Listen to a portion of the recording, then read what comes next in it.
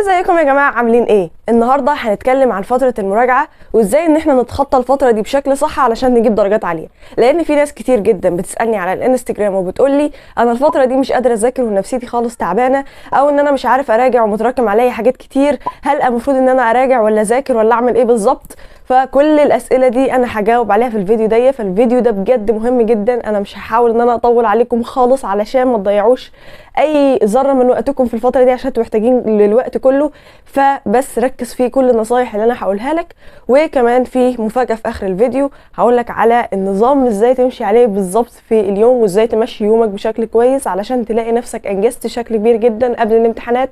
فتابع الفيديو للاخر علشان تعرف ايه الطريقه اللي تمشي بيها وتمشي يومك ازاي. بس كده عشان ما اطولش عليكم، بس قبل ما ابدا يا ريت تعملوا لي سبسكرايب، انكم تدوسوا على الزرار الاحمر، وكمان تعملوا لي فولو على الانستجرام والتيك توك، اللينكات تحت في الديسكربشن بوكس. وبس كده عشان ما اطولش عليكم كتير، يلا نبدا بالفيديو. النصيحة الأولى: كفاية مراجعات في السناتر.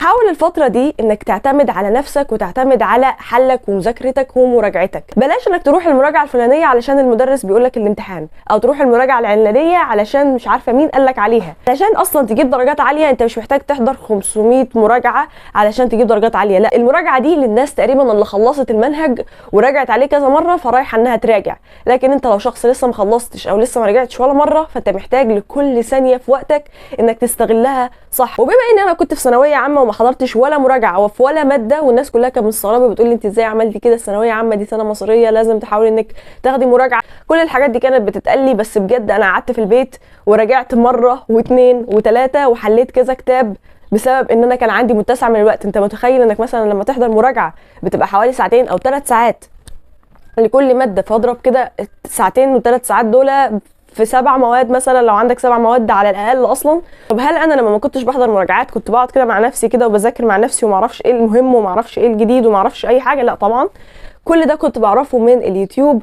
وكمان دلوقتي بقى في حاجات حلوه جدا بجد يا جماعه، استغلوها، ما كانتش موجوده على ايامي او ما كانتش موجوده بالتطور اللي موجوده فيها حاليا، الا وهي المنصات. من احسن المنصات اللي موجوده حاليا هي منصه ابواب، ودي لانها بتشرح المناهج كلها لجميع الطلبه، ومش بس كده، مش بس طلبه جمهوريه مصر العربيه، لا دي كمان لطلبه الوطن العربي كله. وكمان دلوقتي متجهه في طريقها انها تكون على مستوى العالم، لانها وصلت في بلاد زي باكستان وكده.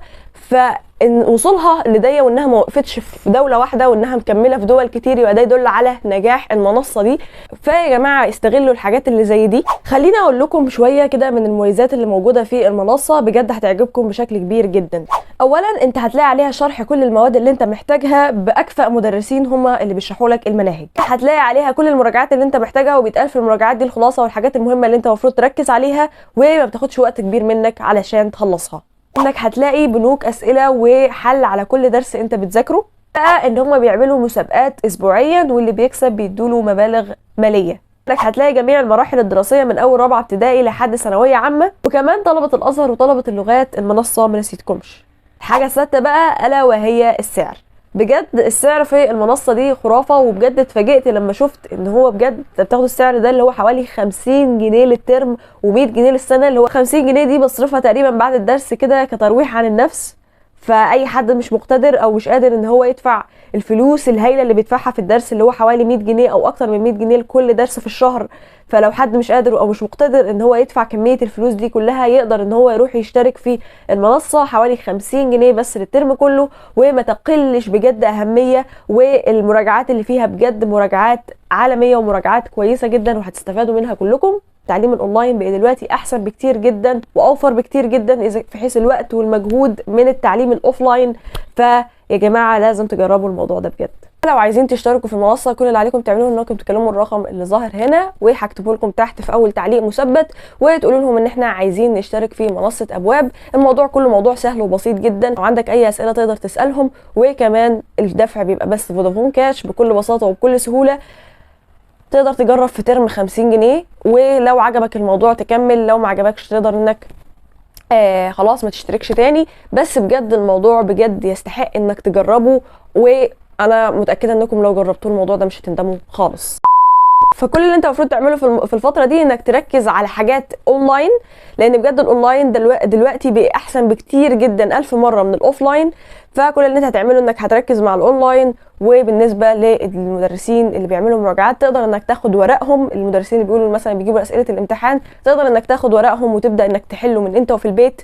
فبجد ده هيأثر معاك بشكل كبير جدا، عشان الناس اللي بتشتكي لي وتقولي انا ما عنديش وقت اسالها طب انت بتاخدي كام درس، طب مش عارفه ايه، الاقيهم مثلا بيقولوا انا باخد درسين، باخد مراجعتين، مش عارفه ايه. طب ما طبيعي ما يكونش عندكم وقت اصلا، ده الدرسين والمراجعتين دول اصلا لكل ماده هم استنزفوا وقتكم كله واستنزفوا طاقتكم كلها، فامتى هتراجعوا فعلا؟ النصيحه الثانيه المذاكره الجماعيه في خلال فترة الكلية، لأن المناهج بتبقى كبيرة جدا، وكمان الفترة اللي احنا ممكن المفروض نذاكر فيها المواد دي صغيرة جدا. فأكتر حاجات ساعدتني على إني أحاول أخلص أكبر كم ممكن أقدر عليه هي المذاكرة الجماعية. بس أنا بتكلم عن المذاكرة الجماعية اللي بجد المذاكرة الجماعية فادتني في حاجات كتير جدا. أولا أنا ببقى في الفترة دي أصلا ماليش خلق إن أنا أذاكر، يعني اللي هو بيكون واحد من كتر الضغط اللي عليه فهو خلاص مش قادر إن هو يذاكر بكمية الامتحانات اللي بيمتحنها. فالمذاكرة الجماعية بتشجعني شوية. وكمان الحاجة تانية بستفاد منها إن أنا بشرح لحد.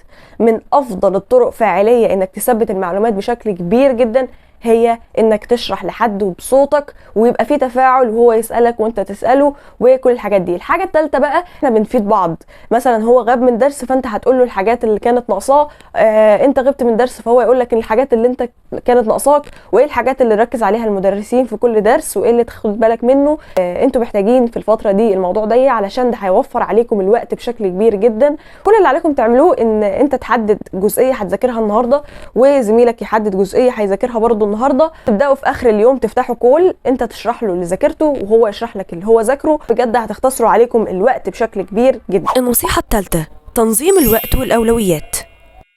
ناس كتير جدا بتيجي تيجي كده خلاص انا بدات بقى والبدء بقى والنفس كده ومش عارفه ايه وحاطه كوبايه الشاي وفرد الكتب على المكتب وتيجي تبدا تذاكر مثلا تاخد الدرس مثلا في يومين او في 3 ايام وتسرح جامد علشان عايزه تذاكر الدرس ده بضمير، في حين ان هي مراكمه عليها 10 دروس تاني لسه ما فتحتهمش.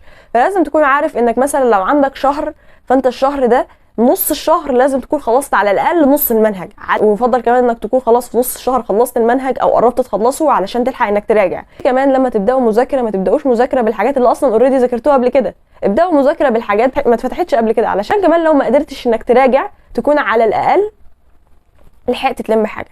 النصيحة الرابعة النوم مهم. يا جماعه حاولوا دايما انكم تناموا نوم كافي. دايما الناس لما بتتزنق اول حاجه بتيجي عليها هي النوم. انت ما نمتش نوم كافي فبالتالي دماغك مش هيساعدك انك تستقبل معلومات اكبر. فبجد النوم من اكتر الحاجات اللي ممكن تساعدك بشكل كبير جدا تجمع معلومات اكتر وكمان تثبت اكتر، لان الدماغ بتبقى شغاله بفاعليه، اللي هو دماغك بيقول لك كده ريحني هريحك، لكن تيجي عليا فاكيد طبعا مش هريحك. فحاولوا دايما انكم ما تجوش على نومكم يا جماعه. النصيحة الخامسة الحل خلال فترة المراجعة هي من أهم الحاجات اللي لازم تكون بتعملها، علشان لو ما بتعملهاش فأنت بالتالي بتضيع درجاتك. فخليني أقول لكم على التكنيك اللي تستخدموه في الحل.